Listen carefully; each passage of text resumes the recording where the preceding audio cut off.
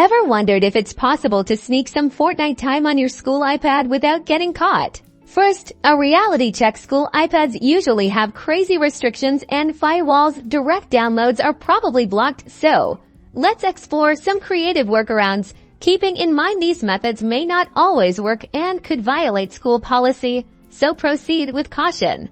Method 1. Cloud gaming services. Services like Xbox Cloud Gaming or GeForce Now let you stream games. Check if your school network blocks these sites. Specifically, you'll need a decent internet connection and an account with one of these services. If the website isn't blocked, sign up, find Fortnite, and try streaming. Warning: gameplay might be laggy, and schools often monitor network traffic.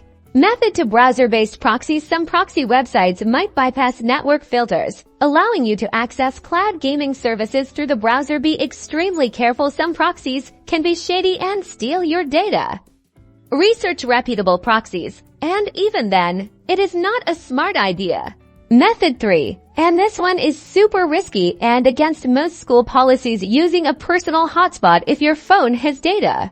You could try creating a hotspot and connecting your iPad to its school Wi-Fi. Restrictions won't apply, but teachers will notice if you're suddenly inactive on the school network. Honestly, the best method is always to talk to your parents about playing Fortnite during appropriate times at home. Trying to bypass restrictions at school can lead to serious consequences. So there you have it, some possible, but often risky and impractical ways to attempt Fortnite on your school iPad. Remember to prioritize your education and follow school rules. Good luck, and subscribe for more tech explorations.